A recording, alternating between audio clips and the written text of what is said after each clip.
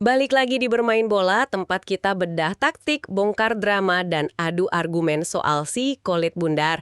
Kami berdua di sini dan hari ini jujur aja gue agak merinding lihat jadwal leg 2 UCL besok 18 Maret 2026. Sama, jadwalnya bener-bener gila sih ini. Kan? Kenapa gue merinding? Karena kalian tuh bakal jadi saksi, kita semua bakal jadi saksi apakah raksasa-raksasa Eropa bakal bangkit dari kubur atau justru ini tahunnya para underdog buat berpesta. Bener banget. Bayangin aja nih kalian semua, tim sekelas Manchester City harus ngejar defisit 3 gol lawan Real Madrid asuhan Xabi Alonso. Terus ada Chelsea yang lagi kebakaran di internalnya tapi harus menjamu PSG yang di leg pertama tuh ngebantai mereka 5-2. 5-2 di fase gugur itu parah sih. Cuma bakal jadi saksi bisu pembantaian jilid 2. Tapi, nah ini dia jangan cuma fokus ke tim besar aja. Setuju, ada cerita yang jauh lebih gila di sisi lain. Tepat, ada dongeng dari Norwegia. Bodo Glimt datang ke Lisbon bawa keunggulan 3-0 atas Sporting. Dan jangan lupa, ada perang taktik di Emirates. Arsenal lawan Leverkusen. Skor 1-1, Arteta harus putar otak buat ngadepin skema mematikan Kasper Hjulman. Itu bakal jadi catur 4 dimensi di pinggir lapangan? Makanya, malam ini kita bakal bedah tuntas. Dari peluang comeback yang nyaris mustahil, isu internal Chelsea yang bocor ke media, sampai kutukan Haaland yang mendadak tumpul di saat City paling butuh gol. Siapkan kopi kalian, kencengin volume, karena analisis pra-pertandingan leg 2 UCL di Bermain Bola kita mulai sekarang. Let's kick off. Mantap. Dan harus diakui ya, membedah jadwal besok malam itu rasanya kayak menganalisis anomali matriks itu loh. Kapan terakhir kali kita ngelihat Manchester City tertinggal 3 gol tanpa balas? Terus Chelsea ancur-ancuran kebobolan 5 gol. Jarang banget kan? Jarang. Ini bukan cuma sekedar malam yang apes buat klub Inggris. Menurut gue ini sinyal pergeseran kekuatan taktis yang masif banget di Eropa. Nah, mari kita mulai dari defisit yang paling bikin dahi gue berkerut nih, Manchester City. Di Etihad besok, mereka punya tebing vertikal yang harus didaki. Tertinggal 3-0 dari Real Madrid. Dan masalah utamanya, Madrid versi Xabi Alonso ini, mereka tuh bukan tim yang gampang panik kalau ditekan selama 90 menit. Absolut. Mereka punya ketenangan luar biasa. Iya kan? Apalagi di depan, Madrid punya Kylian Mbappe yang lagi menggila. Udah cetak 13 gol dan memimpin daftar top skor. Tapi, jujur aja nih, yang bikin gue lebih penasaran justru bukan betapa tajamnya Madrid. Terus apa tuh? Mesin gol City sendiri, ada apa dengan Erling Haaland? Nah, itu titik buta yang sering banget dilewatin orang-orang. Kalau kita cuma lihat statistik di permukaan, orang bakal berargumen, Haaland baik-baik aja, dia kan masih top skor Liga Inggris dengan 20 gol. Bener, secara angka kelihatannya dia masih monster. Tapi kalau kita bongkar anatomi golnya nih, ada fakta yang jujur lumayan ngeri. Haaland itu belum mencetak 1 gol pun dari skema open play atau permainan terbuka sejak sebelum Natal. Wait, dari sebelum Natal? Serius loh? Serius, gol terakhirnya tuh murni dari titik penalti lawan Brighton di awal Januari. Sisanya, buntu total dari open play. Wow, gila. Buat ukuran monster kayak dia, puasa gol open play sampai berbulan-bulan itu aneh banget. Tapi jujur ya, gue agak kurang setuju kalau orang-orang termasuk Pep Guardiola sendiri ya, pakai alasan klise bilang ini cuma masalah kelelahan fisik. Lu mikirnya gimana? Ya maksud gue, striker top lain juga main 50-60 pertandingan semusim, tapi tetap bisa cetak gol kan? Bukannya ini tuh lebih ke masalah taktis. Haaland itu kan agak kaku ya, dia bukan tipe kayak Harry Kane yang bisa turun ke tengah jemput bola kalau di depan lagi buntu. Bukannya wajar kalau tim lawan akhirnya gampang matiin pergerakan dia? Gue paham kenapa lo mikir dia kaku. Tapi argumen kalau ini memurni gara-gara keterbatasan gaya main Haaland, itu agak meremehkan seberapa jeniusnya taktik lawan-lawannya sekarang, terutama Real Madrid. Oh ya? Maksud lo Madrid udah nemuin cetak birnya? Tepat banget. Pep emang secara sadar nyebut Haaland kelelahan, sampai dia nyadangin Haaland lawan Wolves akhir pekan kemarin. Pep bilang itu buat membersihkan pikiran dan tubuhnya. Clean his mind, his body bright, katanya. Tapi Xabi Alonso nggak cuma duduk nunggu Haaland kelelahan. Dia nyiptain cetak biru taktis buat ngisolasi Haaland sepenuhnya. Oke, coba lo bedah buat kita. Kayak gimana persisnya mekanisme isolasi yang dipakai Alonso ini? Karena dari yang gue tonton nih, Madrid nggak cuma nempel Haaland pakai 2 bek tengah kan? Enggak. Nggak cuma itu. Alonso sadar betul kalau ngejaga Haaland secara man-to-man itu sama aja bunuh diri. Secara fisik dia terlalu kuat. Betul, bakal abis backnya adu body sama dia. Makanya, mekanisme yang dipakai Madrid adalah memotong jalur supply-nya. Mereka pakai double pivot di lini tengah, dua gelandang bertahan yang tugas utamanya bukan buat ngerebut bola dari De Bruyne atau Foden. Terus ngapain mereka di situ? Tugas mereka memblokir koridor umpan yang biasanya ngarah ke ruang di belakang garis pertahanan.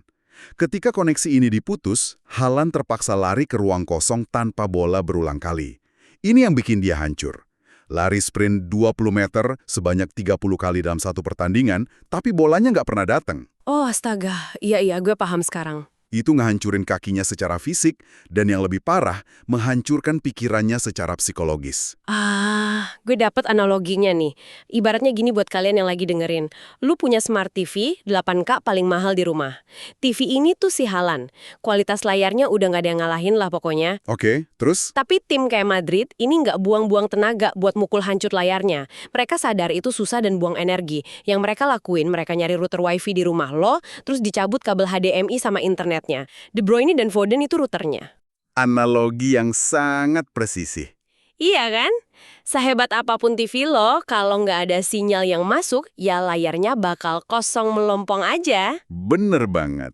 Dan ketika si TV ini terus-terusan nggak dapat sinyal selama berbulan-bulan, dari sebelum Natal, wajar dong kalau Pep merasa perlu ngebersihin pikiran mesin golnya. Kelelahan mental gara-gara terus-terusan diisolasi, itu jauh lebih berat dari sekedar capek lari. Make sense sih. Tapi apakah dengan ngebersihin pikiran doang bakal cukup buat ngejar defisit 3 gol besok? Nah itu dia. Pep percaya Haaland bisa ngebungkam kritik. Tapi buat ngelawan Madrid yang nguasain seni bertahan ini, City butuh lebih dari sekedar Haaland yang bugar. Mereka harus nemuin ulang cara nembus mid-block atau blok menengah musuh. Gila. Nah, ngomongin soal kelelahan mental, kita bisa narik benang merahnya nih dari Manchester pindah ke London. Chelsea? Iya, kalau City hancur karena kebuntuan taktis di lapangan, Chelsea ini ngasih kita contoh ekstrim dari apa yang terjadi waktu kelelahan fisik berevolusi jadi kekacauan psikologis di luar lapangan. Betul. Dan Stamford Bridge saat ini benar-benar lagi dilanda badai yang sempurna. Chelsea harus menjamu PSG setelah di leg pertama mereka dibantai 5-2 di Paris. Kebobolan 5 gol loh, 5 gol bersarang di gawang tim yang udah ngabisin triliunan rupiah buat beli back sama gelandang. Itu memalukan sih. Banget. Tapi pertanyaan menariknya, kok bisa lini tengah Chelsea yang isinya Enzo Fernandez dan Moises Caicedo yang harganya ratusan juta pounds itu dibikin mati kutu sama lini tengah PSG? Nah itu, kok bisa? Secara fisik harusnya mereka menang duel kan? Jawabannya ada di pergerakan tanpa bola. Dan disinilah Vitinha ngasih masterclass sejati di leg pertama kemarin. Dia mengeksploitasi blind spot atau titik buta dari Caicedo. Alih-alih adu fisik, Vitinha memposisikan dirinya persis di area nanggung antara lini tengah dan lini belakang Chelsea. Oh, jadi dia main petak umpet gitu di belakang gelandang Chelsea. Tepat. Setiap kali Enzo naik buat ngepres, Vitinha langsung gerak ke ruang kosong yang ditinggalin Enzo. Dia nerima bola dengan posisi tubuh yang udah ngadep ke pertahanan Chelsea. Dia bikin lini tengah seharga 2 triliun itu kelihatan kayak pemain amatir yang salah nempatin posisi. Gila, pantesan lini tengah Chelsea kelihatan kopong banget. Belum lagi, ada Vicha Kvaratskhelia yang masuk dari bangku cadangan. Dia langsung eksploitasi kepanikan itu dan mencetak brace, 2 gol langsung. Kvara dari bangku cadangan itu emang benar-benar cheat code sih. Tapi ya menurut gue, sehebat-hebatnya taktik PSG, ada satu faktor non-teknis yang bikin Chelsea main kayak orang kebingungan. Isu internal manajernya kan? Iya, berita soal pemecatan Liam Rose Senior yang bocor ke media, gila nggak sih? Dia baru aja diangkat bulan Januari kemarin, gantiin Enzo Maresca, dikasih kontrak panjang sampai 2032, baru kerja 3 bulan posisinya udah di ujung tanduk. Laporan bahkan bilang petinggi klub punya kekhawatiran serius sama taktiknya dia. Nah ini yang mau gue perdebatkan sama lo. Menurut lo adil nggak sih nyalahin Rose Senior? Atau ini murni pemainnya aja yang mentalnya tempe? Maksud gue gini, pemain tuh digaji miliaran per minggu. Walaupun bos lo mau dipecat, masa iya lo nggak punya harga diri buat main maksimal dan ngejar defisit? Lu berhak sih mempertanyakan mentalitas pemain. Tapi kita harus lihat gimana psikologi olahraga bekerja di level elit ini. Bayangin lo lagi ngerjain proyek masif di kantor nih. Oke. Terus, Bos lo yang bikin cetak biru proyek itu tiba-tiba digosipin bakal dipecat besok pagi sama direksi. Sehebat apapun lo kerja, insting bertahan hidup lo pasti muncul.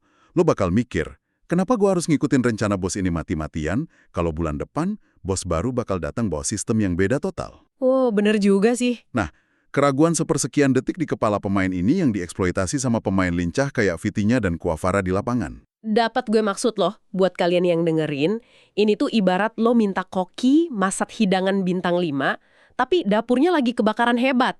Atau gini deh, analogi orkestra.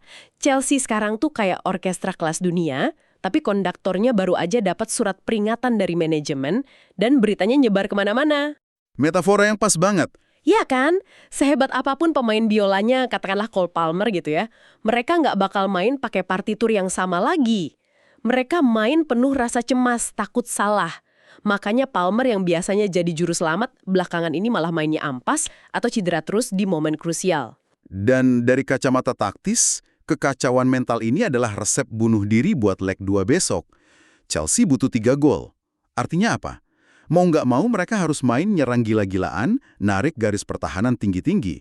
Masalahnya, ketika tim dengan struktur mental yang rapuh mencoba menyerang, transisi bertahan mereka bakal berantakan. Transisi bertahan ini yang sering lo sebut rest defense itu kan, formasi sisa pemain di belakang pas yang lagi asik maju nyerang.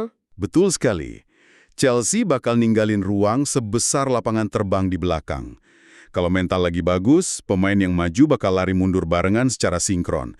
Tapi kalau mentalnya hancur, Mereka telat mikir buat mundur. tepat. Mereka terlambat setengah detik aja itu udah cukup.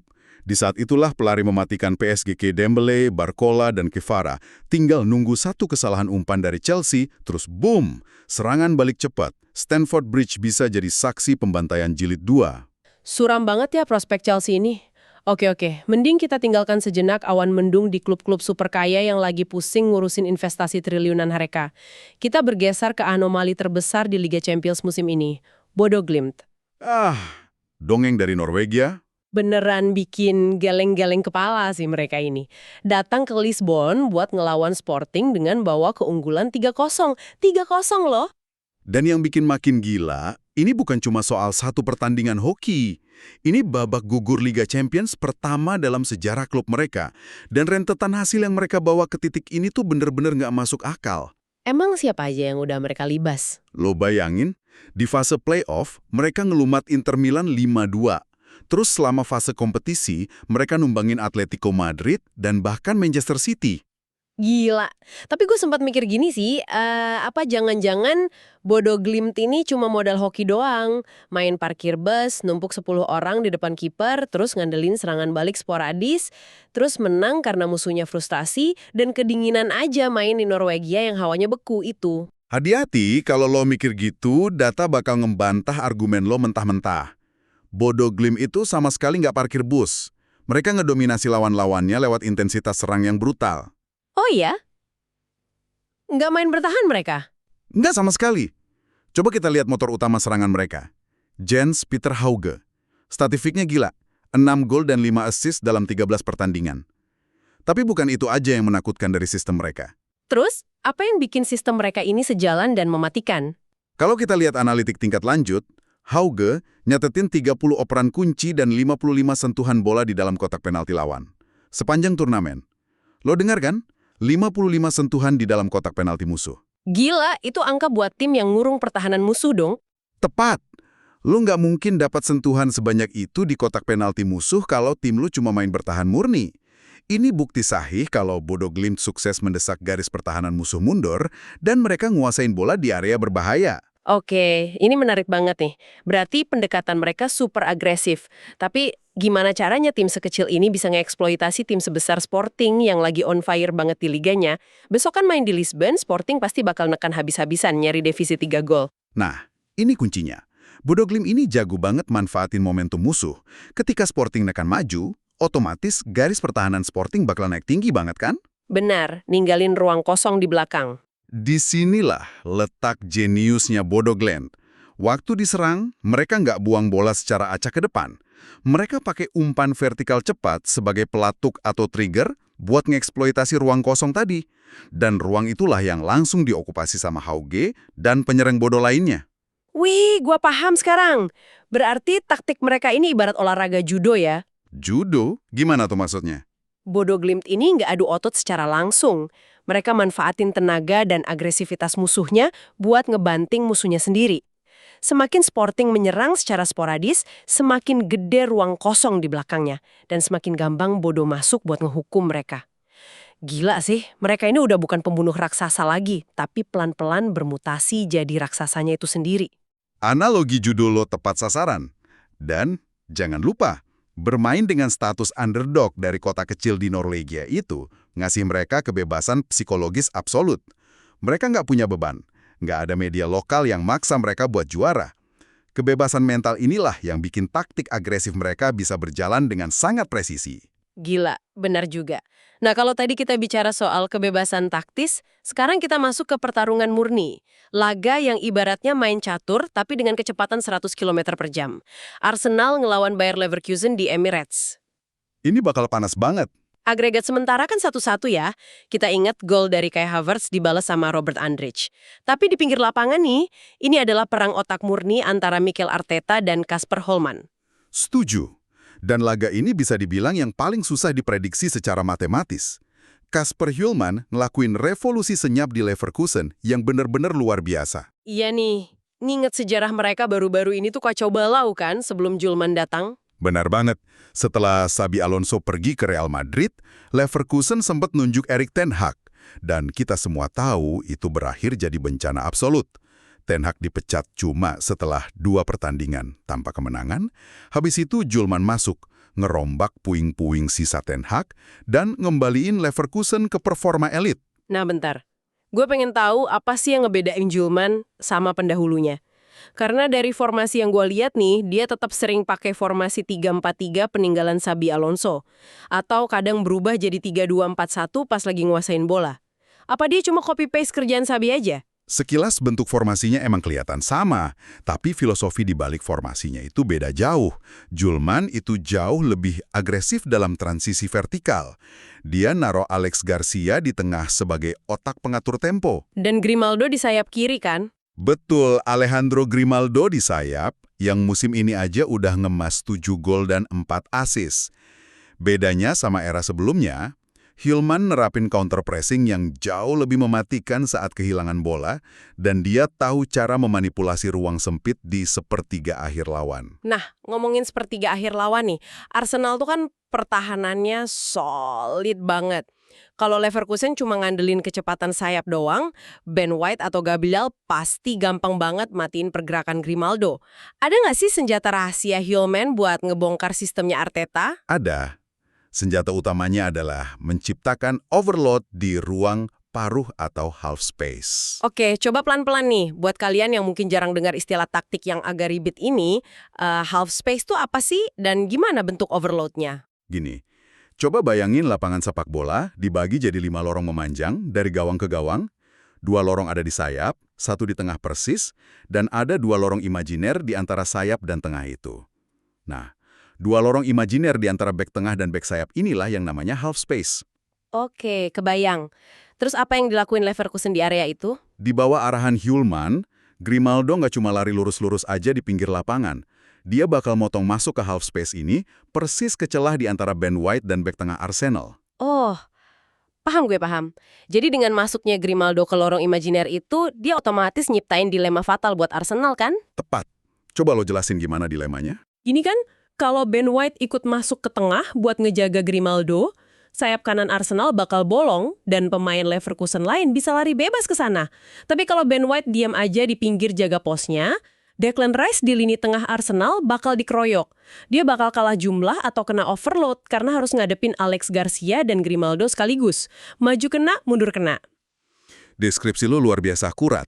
Itulah persisnya mekanisme yang bikin sistem Hjulman begitu ditakuti. Dia nggak cuma ngandelin gocekan pemainnya. Dia maksa struktur pertahanan Arsenal buat bikin keputusan-keputusan super sulit setiap detiknya. Bikin pusing bek musuh ya? Iya, dan begitu bek Arsenal salah ambil keputusan sepersekian detik aja waktu lagi build up dari belakang, sistem counter pressing Leverkusen bakal langsung ngerebut bola di zona yang sangat berbahaya. Makanya Arteta harus ekstra disiplin besok. Kalau pemainnya sampai terpancing keluar dari posisi aslinya, Emirates beneran bisa jadi saksi kehancuran Arsenal. Gila ya. Merinding gue ngebayangin intensitas pressing dan jebakan-jebakan posisi yang bakal dipasang sama dua pelatih jenius ini. Bakal saling adu mekanik beneran. Dan kalau kita tarik mundur nih ya, ngelihat semua laga yang udah kita bedah dari tadi, ada satu narasi besar yang ngehubungin semuanya. Apa tuh? Ini bukan cuma sekedar adu strategi di atas papan taktik. Semua pertandingan ini sebenarnya adalah peperangan antara struktur taktis melawan ketahanan psikologis. Maksud lo gimana tuh? Ya coba lo ingat lagi.